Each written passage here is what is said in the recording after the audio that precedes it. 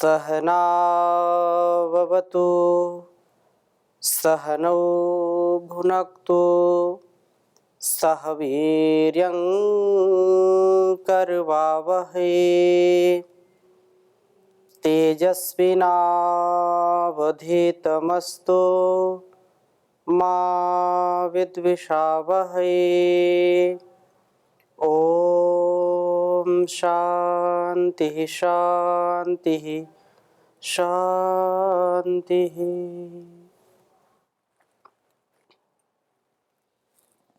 वैदिक जीवन पद्धति की इस कक्षा में आप सभी श्रोताओं का, दर्शकों का बहुत बहुत स्वागत है, अभिनंदन है। वेदों का ज्ञान जो सबसे महान है, सारे संसार का जो विधान है, संविधान है, इस संविधान को आत्मसात करके हम अपने जीवन को बुराइयों से बचा सकते हैं। चाहे हमारे अंदर के शत्रु हों या बाहर के शत्रु हों, शत्रुओं पर विजय प्राप्त कर सकते हैं। क्योंकि संसार में कोई भी व्यक्ति पराजित नहीं होना चाहता। सब चाहते हैं हम विजय को प्राप्त करें। हम कभी भी संसार के समक्ष झुकना नहीं चाहते हैं। हम सदा उन्नत जीवन जीना चाहते हैं। ऋग्वेद के चतुर्थ मंडल का हम स्वाध्याय कर रहे हैं और चतुर्थ मंडल के 19वें सूक्त में हम 5वें मंत्र तक इसका स्वाध्याय कर लिए थे। आज 6ठे मंत्र और 7वें मंत्र का स्वाध्याय करेंगे। पिछली कक्षा में हमने चर्चा की थी कि प्रभु की ओर हम जब जाते हैं तो वह प्रभु हमको उत्तम से उत्तम बनाता चला जाता है, हमारी सब ओर से रक्षा करता है। हमारी भूख प्यास आदि भौतिक वृत्तियों को नष्ट करते हुए हमें सांसारिक विषयों की जो भूख है उससे दूर करते हैं। जो वासनाएं हैं, जो अविवेक पूर्ण इच्छाएं हैं, उनसे हमको ऊपर उठाता है। इसलिए हम इन सांसारिक विषयों से, इन तृष्णाओं से ऊपर उठ जाते हैं। हमारे ज्ञान जलों का प्रवाह ठीक रूप से बहने लगता है, ठीक रूप से हम ज्ञान की गंगा में स्नान कर पाते हैं। इसी प्रकार से 6ठे मंत्र में भी बहुत सुंदर बात कही है। ओम त्वं महीमवनिम विश्वधेनाम तुर्वीतये वैयाय क्षरन्तीम अरमयो नमसज्जदर्णः सुतराणाम अकृणोरिंद्र सिंधून। कहा कि तुम महीमवनिम विश्वधेनाम, तुम हे प्रभु आप इस महीम अतिशयन महत्वपूर्ण अवनिम रक्षा करने वाली, विश्वधेनाम सबका प्रीड़न करने वाली वेदवाणी को नमसा, नमन के साथ अरमयः रमण युक्त करते हैं। उस वेदवाणी को जो कि तुर्वीतये त्वरा से शत्रुओं का असन क्षेपण करने वालों के लिए तथा वैयाय कर्म तंतु का विस्तार करने वाले के लिए एजत अर्णः क्षरंतीम वासनाओं को कंपित करके दूर करने वाले ज्ञान जलों को क्षरित करती है। वस्तुतः इस तुर्वीति और वैयु को प्रभु कृपा से ही ज्ञान का यह जल प्राप्त होता है। हे इंद्र, आप तुर्वीति और वैय के प्रभु कृपा के लिए जो है सिंधुन ज्ञान समुद्रों को सुतराणान खूब तैरने के योग्य अगाध ज्ञान बल युक्त कृधि करते हैं। हम मन में उठने वाली जो वासनाएं हैं उनको तत्क्षण जब रोक देते हैं, उनको वहीं पर भस्म कर देते हैं, उनका नाश कर देते हैं, शमन कर देते हैं, तो हम आगे बढ़ नहीं पाते और हम दुर्गति से दूर रहते हैं। परंतु जब हम ज्ञान पूर्वक विवेक पूर्वक जीवन नहीं जी पाते हैं तो व्यक्ति मन बढ़ा हो जाता है। ऐसा कहते हैं, मन बढ़ा व्यक्ति, चंचल प्रवृत्ति वाला व्यक्ति बहुत ही गर्त में गिरता है। यदि हमारे मन में वह भाव जागृत हो रहा है जो मेरे और मेरे सगे संबंधी, मेरे परिवार, मेरे संसार, देश के लिए कल्याणकारी नहीं है, तो उस विचार को तत्क्षण त्याग देना चाहिए। उस पर हमको ज्यादा चिंतन नहीं करना चाहिए, क्योंकि विषयों का अभिध्यान, विषयों का चिंतन, वासनाओं का चिंतन हमको अनिष्ट की ओर ले जाता है। तो ये जो हमारे अंदर की दुर्मति है, जिससे दुर्गति की प्राप्ति होती है, उसको हम कब नाश करने में सक्षम होंगे? जब हम वेदवाणी का स्वाध्याय करेंगे। तो हम निरंतर कर्म तंतु का विस्तार करने वाले वही बने। प्रभु हमें वेदवाणी द्वारा ज्ञान जल प्राप्त कराएंगे और इस प्रकार से शत्रु हिंसा, जो हमारे लिए अत्यंत अकल्याणकारी है, शत्रुओं का विनाश करना हमारा परम कर्तव्य है। और 7वें मंत्र में बहुत सुंदर बात कही कि शत्रुओं का संहार करने वाली वक्वाहना, जो सेनाओं के समान ध्वस्त्रा सब बुराइयों का ध्वंस करने वाली युवती ही अच्छाइयों का हमारे साथ मिश्रण करने वाली,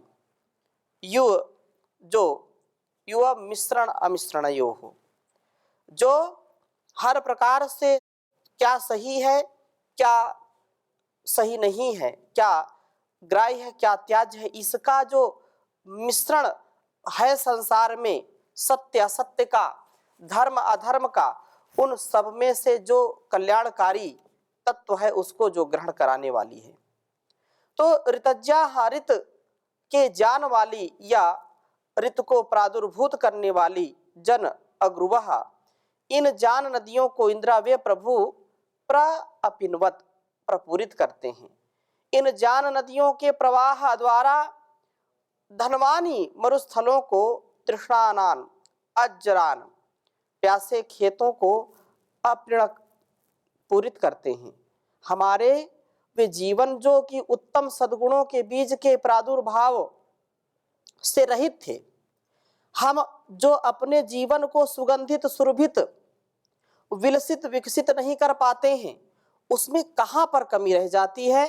वहां पर जब ज्ञान का अभाव होता है और उस ज्ञान का पान करके जब हम उसको जी नहीं पाते हैं, उसको सहन नहीं कर पाते हैं, उसके माध्यम से अपने जीवन को आगे नहीं बढ़ा पाते हैं, तो जैसे मरुस्थल में कोई भी वनस्पति, कोई भी वृक्ष हमको दिखाई नहीं पड़ता, दृष्टिगोचर नहीं होता है और वह अत्यंत कष्टकारी हो जाता है। ऐसे ही जब हम वेदों के ज्ञान को, इस अध्यात्म ज्ञान को प्रभु की भक्ति के द्वारा नहीं ग्रहण कर पाते हैं, अर्थात जब ज्ञान नहीं होगा तो भक्ति नहीं होगी, भक्ति नहीं होगी तो मुक्ति नहीं होगी। हम मुक्त अवस्था में जब नहीं रहेंगे तो बंधन में आएंगे। हम इन ज्ञान के प्रवाहों से अपने अंदर के मरुस्थल को विकसित करें, अपने अंदर करुणा का, प्रेम का, सौहार्द का, परस्परता का, कृतज्ञता का और विनयशीलता का जो सुंदर उद्यान है उसको विकसित करें। इसलिए दंसु पत्नी ही दमनशील पुरुष की उत्तम रक्षिका स्तर्य निवृत्त प्रसवा गौ के समान हुई हुई वेदवाणी रूप गौओं को इंद्र जितेंद्रीय पुरुष की अधोक दोहता है। जितेंद्रीय पुरुष ही इन जानवाणियों को समझ पाता है। यह सबका जो है सामर्थ्य नहीं होता। इस धीर गंभीर जीवन को जी करके, जैसा हमको उपदेश सुनने को मिलता है, जैसा वेदों का आदेश है, इस तथ्य सत्य को जानने समझने का सबका सामर्थ्य हो नहीं पाता। क्यों? क्योंकि उसका जो चंचल स्वभाव है, उसका जो कामुक स्वभाव है, उसका जो आसक्ति से युक्त स्वभाव है, उसका जो अत्यंत राग द्वेष ईर्ष्या से युक्त स्वभाव है, उससे वह ज्ञान जब आवृत हो जाता है, ढक जाता है, तो व्यक्ति इस ज्ञान गंगा में डुबकी नहीं लगा पाता है। अर्थात इस तथ्य सत्य का जानना उसके लिए बहुत ही कठिन हो जाता है। इस ज्ञान को कौन प्राप्त करता है? जो विनयशीलता के साथ, श्रद्धा भक्ति निष्ठा के साथ, जितेंद्रियता के साथ, ब्रह्मचर्य का पालन करते हुए अपने मन, वाणी और अपने कर्मों पर जिसका नियंत्रण होता है, जो सदैव इस संसार के व्यवहार में भी अपने अस्तित्व को नहीं भूलता है, अपने अंदर के स्वभाव में वह दिव्य रहता है और बाहर के स्वभाव में दिव्यता का भी आधान करते हुए सदा सर्वदा वेदानुकूल आचरण करता है, उसी को यह ज्ञान समझ में आता है और सारे दुर्गुणों का शमन कर पाता है। इसलिए वेदवाणियां शत्रु हिंसिका सेनाओं के समान हैं। ये हमारे निर्गुण जीवनों को सगुण बना देती हैं। कितना भी नीरस जीवन हो, कितना भी हिंसा से युक्त जीवन हो, कितना ही छली कपटी व्यक्ति हो, जब वेद के अनुकूल आचरण करना आरंभ कर देता है, योग यज्ञ और सदकर्म में उसका स्वभाव ढल जाता है, तो वह इंसान, वह मनुष्य अपने स्वभाव को बदल करके उसके दिव्यता में, भव्यता में दूसरे भी प्रकाशित होते हैं, प्रभावित होते हैं। इसलिए इन वेदवाणी रूप गौओं का दोहन जितेंद्रिय पुरुष ही कर सकता है।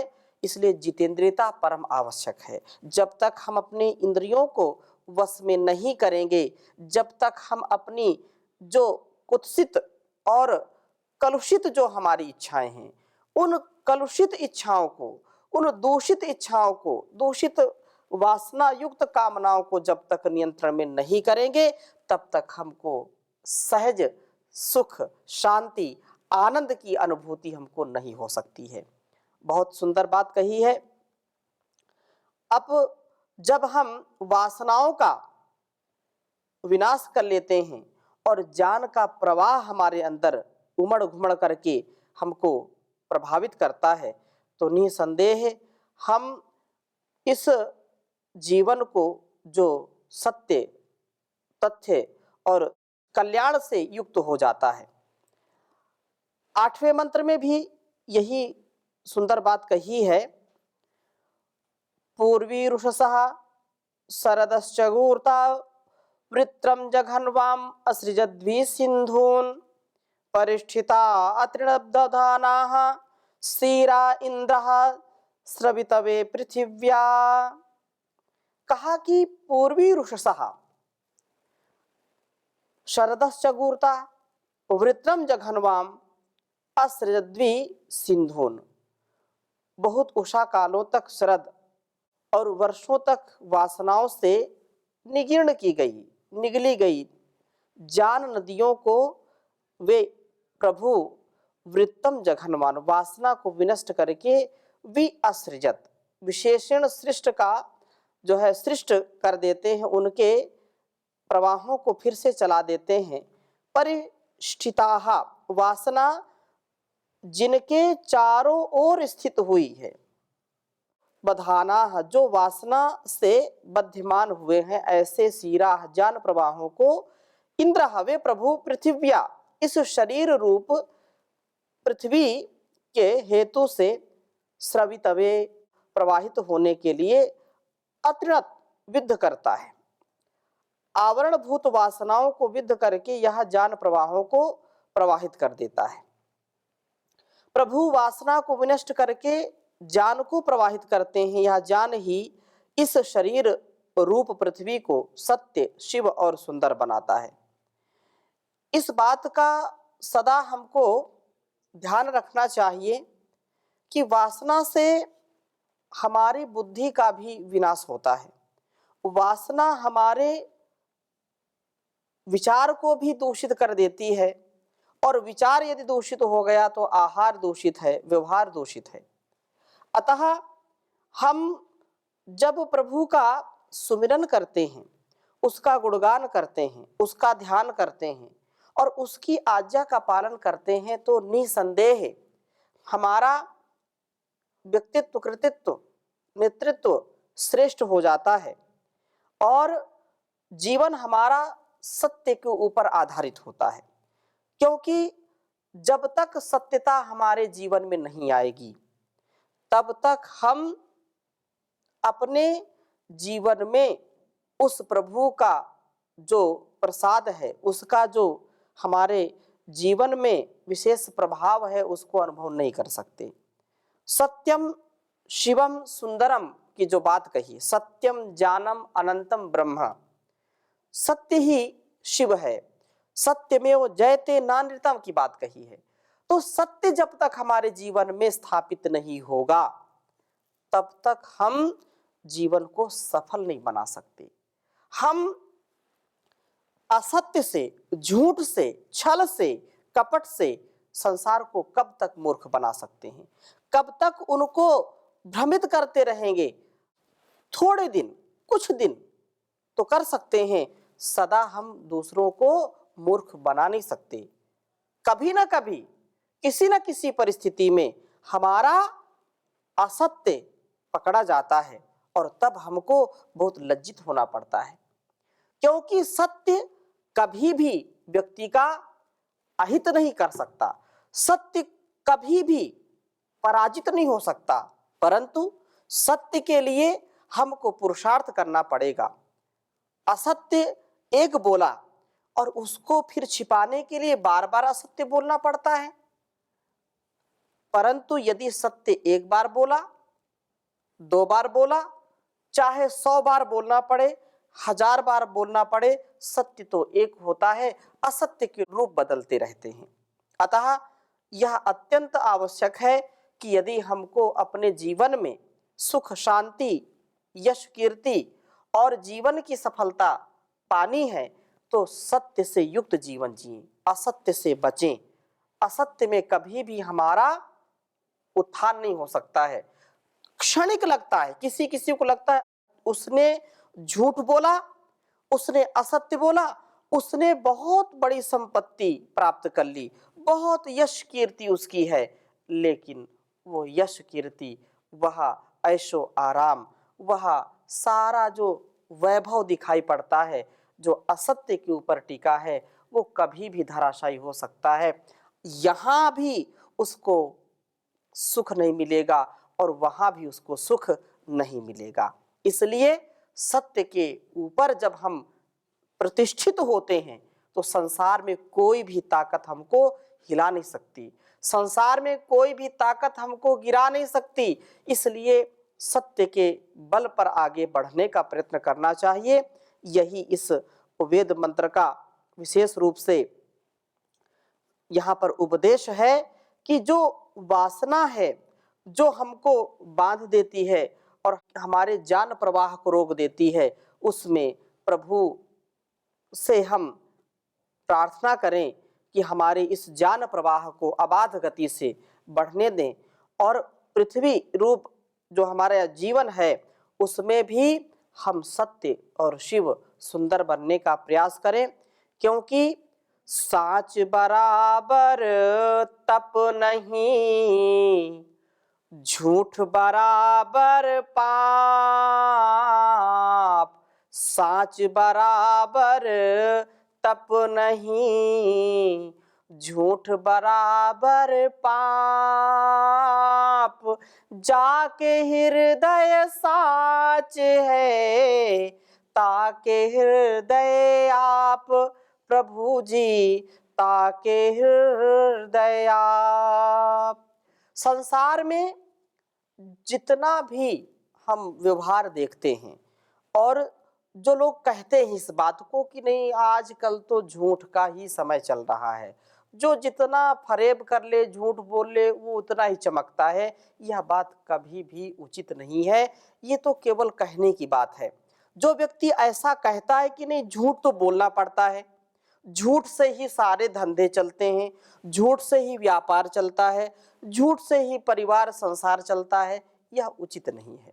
आंशिक रूप में कोई थोड़ा सा झूठ बोल करके थोड़ी सी उन्नति कर सकता है, लेकिन जो स्वयं झूठ बोलने वाला व्यक्ति है, वही व्यक्ति यदि अपने सगे संबंधियों से, अपने मित्रों से यदि झूठ बोल करके कोई कार्य करता है और उनके मित्र उससे झूठ बोल करके कोई कार्य करते हैं, तो उसको अच्छा नहीं लगेगा। स्वयं तो झूठ बोल रहा है और उसके मन में कि मैं तो झूठ बोल करके इनको, असत्य बोल करके इनको भ्रमित कर दिया और मेरा काम बन गया। वही व्यक्ति जब दूसरा कोई उससे झूठ बोलता है तो वही व्यक्ति दुखी होता है। दिन भर झूठ बोलने वाला व्यक्ति है, वो कभी नहीं चाहेगा कि उसकी पत्नी उससे झूठ बोले। दिन भर वो झूठ बोल रहा है, पत्नी से भी झूठ बोल रहा है, लेकिन पत्नी से झूठ बोल रहा है और ये नहीं चाहता है कि उसकी पत्नी उससे झूठ बोले। पुत्र को कोई नहीं चाहता कि मेरी संतान, मेरी पुत्र या पुत्री मेरे से झूठ बोले। क्यों? क्योंकि यह स्वभाव नहीं है। असत्य को हम क्षणिक स्वीकार करते हैं, लेकिन सत्य तो शाश्वत है। सत्य सदा आनंदित करता है, असत्य हमको दुखी करता है। भले ही हम उसका आचरण करके क्षणिक सुख पाने का प्रयास करें, लेकिन हमारे साथ जब कोई असत्य बोलता है, असत्य व्यवहार करता है, तो हमको अच्छा नहीं लगता। इसलिए वेदानुकूल आचरण करें, सत्य का, ध्यान का हम सदा पालन करें, सत्य से कभी विचलित न हो, और जिसके जीवन में सत्य है उसी के जीवन में शिव है, अर्थात कल्याण है।